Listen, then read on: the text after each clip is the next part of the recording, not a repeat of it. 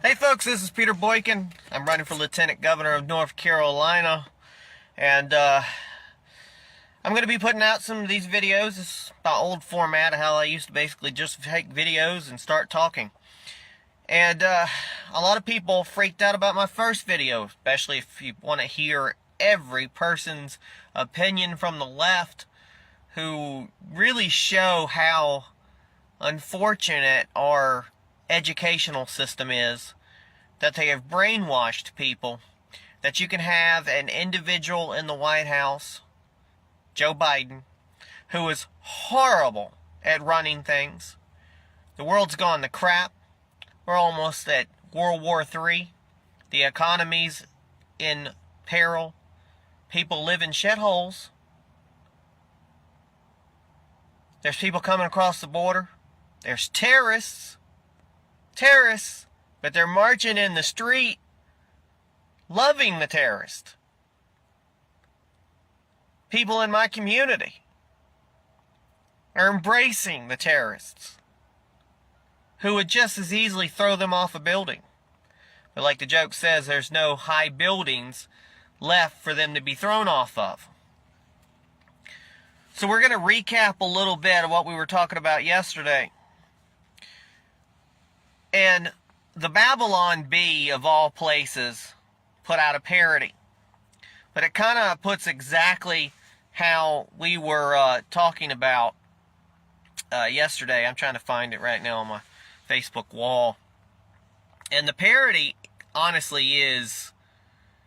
It says, here's a list of the pro-Palestine protesters who are being prosecuted for attempting to storm the White House. It's happening again. A mob of protesters marched through the streets of Washington, D.C. and attempted to storm one of the nation's most beloved landmarks. This time it was the White House itself. Fortunately, as we all have seen in the wake of the January 6th Capitol riot, anyone who is even remotely in the vicinity of the incident will be hunted down and held accountable, right? The Babylon Bee, known for parodies, has obtained the following exclusive list of all the pro-Palestine protesters who are facing charges for attempting to storm the White House. Hold on, let me get that list. What do you mean there's no list? What? No names? Yesterday's story? Ignore? What? Okay, folks, serves them right, because of what they've done. Every single name of that, well, we didn't even have the list, will face the full force of the federal government. Go get them, you Justice Department. Go get them. Double standards, folks. Double standards. Meanwhile, Donald Trump triggered the leftist judge. So Trump's fiery testimony triggers the left-wing judge in Soros-Backed fraud trial. You can check this article out on GoRightNews.com. So in a New York courtroom, the atmosphere heated up as former President Trump defended his business record during a nearly 5-hour cross-examination in the civil fraud trial initiated by the New York Attorney General, Letitia James. The Soros-Backed AG has accused Trump of misrepresenting his wealth and property values. Here's some full quotes. Trump on paying off loans. Yes, with cash. I think this case is a disgrace. People are leaving New York due to this kind of thing. The only complainant is you. And that's what gets me. Donald Trump brought back New York. I think Mayor Koch or whoever it was didn't even like Donald Trump, but he worked with Donald Trump, and they brought Donald Trump back to New York and brought New York back. But, now New York's trying to, later on, they're dealing with, illegals all over the place going, no, please quit sending us illegals, quit. No, we can't take them. I know we said we're open borders. I know we were supposed to be a sanctuary city and a sanctuary state, but we've had enough. Take them back. Now here's Trump on A.G. James. I think she's a political hack. This is a political witch hunt. And I think she should be ashamed of herself. Shame.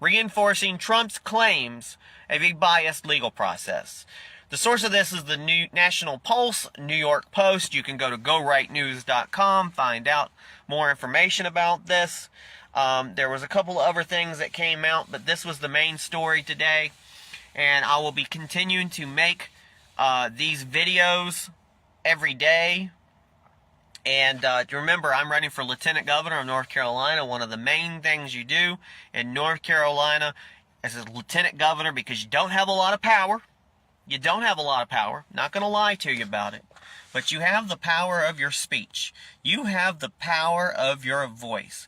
And I will tell you, I have to be one of the most outspoken, if not the most outspoken candidates in the Lieutenant Governor's race. And I'm going to tell it as it is. I'm going to say what I need to say about the left, about the right, about anybody radical. If I don't like it, I'm going to talk about it. But I also know how to sit down with the so-called opposition. Because that's the only way we can get things done for the citizens of North Carolina and America. We have to sit down at the table. Otherwise, it's war. Nobody really wants war, right? Where do we go from there? You can go to peterboykin.com, check out my website, and share this video all over, because I'm going to share it everywhere. It'll be about 200 groups by later tonight. I have to be careful with Facebook. On TikTok as well. Ooh, that evil TikTok. Instagram, Gab, Spreaker. It'll be all where. In YouTube. God bless everybody.